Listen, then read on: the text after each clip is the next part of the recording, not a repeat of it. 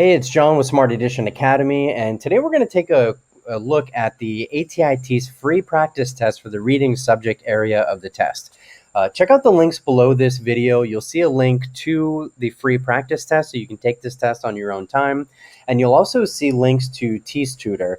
So if you find that you need more practice and more practice tests, you can check out the TEAS Tutor online practice test pack that has 8 practice tests, 100 video lessons, and online flashcards.